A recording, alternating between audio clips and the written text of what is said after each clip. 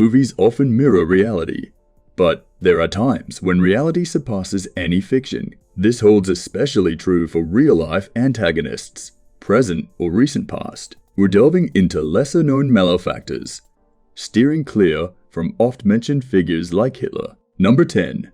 The Zodiac Killer. Remember the Riddler from Batman. He's obsessed with puzzles and riddles, which he includes into his schemes, leaving them as clues for the authorities to solve. Well, in the late 1960s, Northern California had its own version of this criminal mastermind dubbed the Zodiac Killer. He was responsible for killing at least 5 people, but he's linked to lots more, possibly even 37 in total, without a discernible motive. This killer would shoot and kill young couples.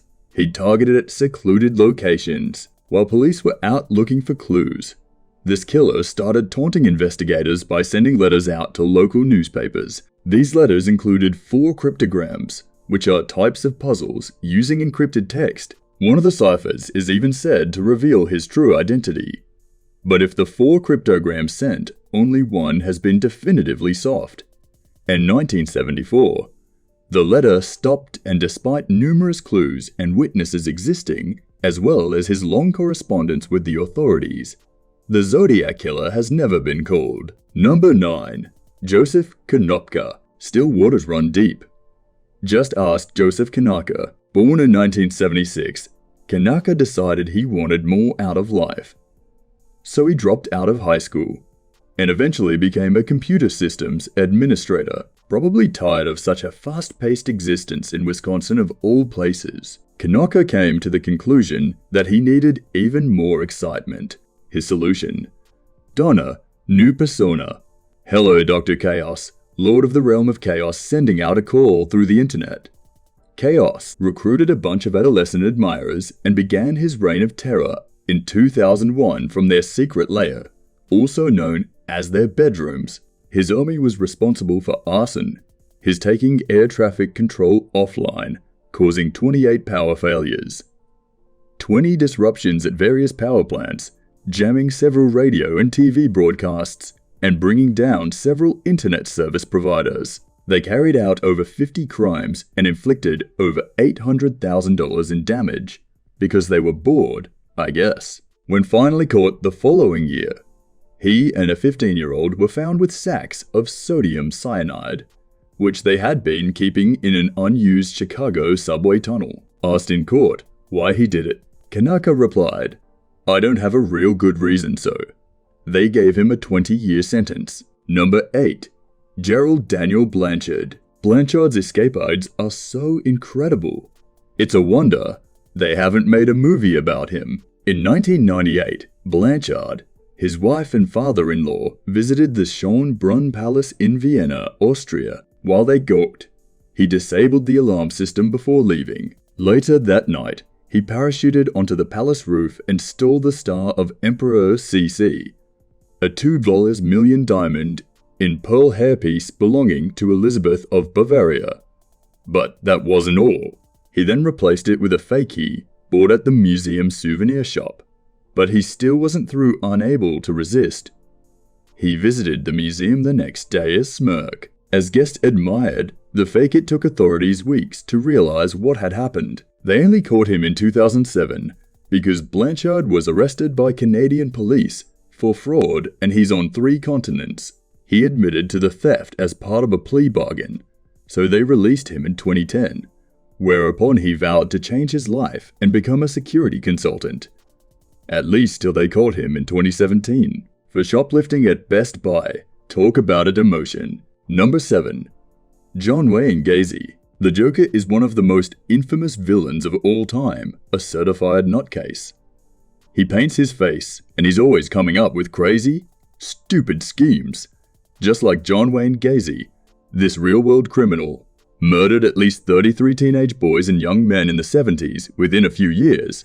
But just like the Joker, he was a man of many faces. What's particularly strange is that before giving into his murderous instincts, he played a role in multiple community organizations. At the time, he seemed to be an upstanding member of society, running multiple KFC restaurants and becoming Pogo the Clown. or Patches the Clown at fundraising events, parades, and children's parties. But let's be honest, if he thought this looked entertaining, it's obvious something was wrong with him. And there was, since he had a habit of forcing and deceiving victims to his address, where they were then killed and subsequently buried underneath his house. Number 6. Marvin Himes. Have you seen this video of the guy went amok in his killdozer? It went viral in 2004. Do you remember why? Stick around as you're about to find out. Once a nice guy who ran his own modest muffler shop in Granby, Colorado. Those who knew Marvin Himes claimed he was a friendly sort who'd bend over backwards for anyone, and so he did until 2004. Intermountain Park Concrete Incorporated, which tried to buy Himes' land in 1992. Mr. Nice Guy wouldn't bend this time, so Mountain Park blocked the road to his shop. The concrete people then asked the town to rezone Himes' property, so the folk of Granby not only agreed, they also vetoed Marvin's request for an alternate route to his business. Somewhat upset, Himes built an armored bulldozer and went on a mad rampage on June 4th, 2004, 2 hours later. His killdozer destroyed $7 million worth of property before he put a bullet through his head. On the bright side, no one else was hurt or killed. Number 5. Marion Hugh Suge Knight Jr. The higher they go, the harder they fall. Which was certainly true for Suge only in his case. He tried to take down as many as he could. Suge was a football player for the Los Angeles Rams in the National Football League, who decided he'd taken one hit too many. So he became a record producer and music executive, working with the likes of Tupac Shakur, Dr. Dre, Snoop Dogg Outlaws, and the Dog Pound, and the name of his record label, Death Row Records. He took it seriously too, taking interrogations to the next level. Vanilla Ice claimed he was forced to sign his royalties over to Suge after Suge threatened to hang him over a balcony. Despite many other such incidents, Suge's business boomed whilst he spent time in and out of jail, at least till January 29th, 2015, when he was part of a hidden run that killed Terry Carter, co-founder of Heavyweight Records, and injured 2 others. He turned himself in the next day and was later sent to prison, leading him to obtaining 13 criminal convictions. But what gives this villain his notoriety is his willingness to take out popular, talented musicians. Many believe he was responsible for the deaths of Tupac and Biggie Smalls, and if you weigh up the evidence in his track record, it's likely that he was behind the attack. It suggested that Tupac's was leaving Suge's label for another one, and Suge wasn't happy about it, so he orchestrated the attack. While nothing's been proven, he's linked to so many celebrity deaths, and even high-profile names believe Suge is responsible, such as Snoop Dogg. Number 4.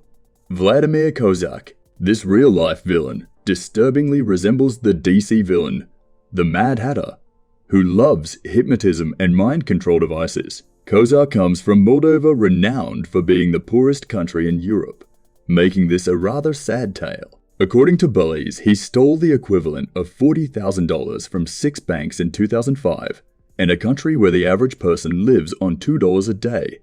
That's a whole lot of money. But was Kozak violent? Did he use terrifying weapons? No, he hypnotized the bank tellers, hence his other name, the Hypno Robber. As such, Moldovan bank tellers are now told to avoid eye contact with customers, lest they become the next victim. They haven't found him yet, but some suggest he was in Italy in March 2008. Turns out that a bank in Ancona was robbed of the equivalent of $1,200. According to the teller, a man approached her, asked for money, and the next thing she knew, it was many minutes later. Now, that's some superhero skill I would love to have. Number 3. Richard Kuklinski. This former mob hitman was an all-around crazy criminal who went way beyond his regular job profile working for the Gambino crime family. It's claimed he'd taken out over 200 people in his lifetime. Though he used all the weapons you could think of, from guns to knives and explosives, he had a particular penchant for cyanide. He liked to inject it, sprinkle it in food, spray it as an aerosol, or just dump it on people. But it gets far worse than that. He also claims to have fed living people to rats and shot a random person in the head with a crossbow just to see if it worked. So how did he get away with it for so long? Well, he was clever about disguising his crimes. He'd throw forensic scientists off the scent by freezing their bodies inside a Mr. Softy ice cream truck, and then tossed them out later, sometimes years later, so that the freezing would skew their estimated time of death. It worked for some time until he didn't let one of the victims to stall long enough, and the coroner found ice in the body. Number 2. Adam Worth. At just 17, Worth enlisted in the Union Army. Partly because he wanted the adventure, but also because of the $1,000 bounty. He was paid. He was injured by shrapnel during the Second Battle of Bull Run, and whilst recovering, he learned that he'd accidentally been listed as killed in action. He embraced this opportunity to leave the army and used it to his advantage.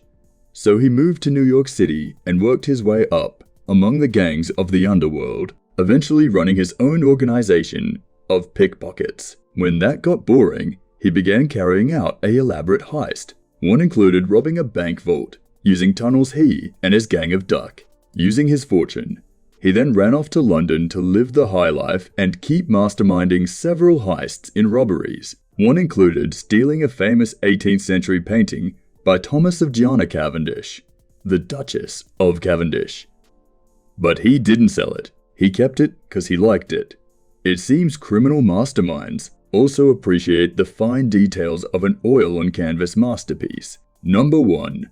Ron Rivera Velas. Batman fans will instantly recognize the similarity between this criminal and Harvey Dent. Like Dent, Twan is known as Two-Face, due to the severe scarring he incurred to his face and head from burns suffered in a car accident. However, despite the Batman villain once being an upstanding Gotham City district attorney, Juan has never been close to being beneficial to society. Juan was an enforcer and hitman for the Morales crime family in Camden, New Jersey, when he was ordered to take out a rival dealer who was encroaching on his territory. He did just that and was eventually jailed for 3 years for shooting another man, clearly not having learned his lesson.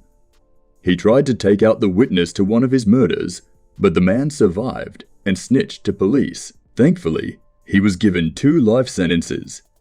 But just like a fictional villain, he refused to apologize to the victim's family and showed no remorse when in court. I know there are far more real-life villains out there that didn't make this list. If you want to see more, or if you passionately believe that another villain should have made the list, let me know in the comments down below. Thanks for watching.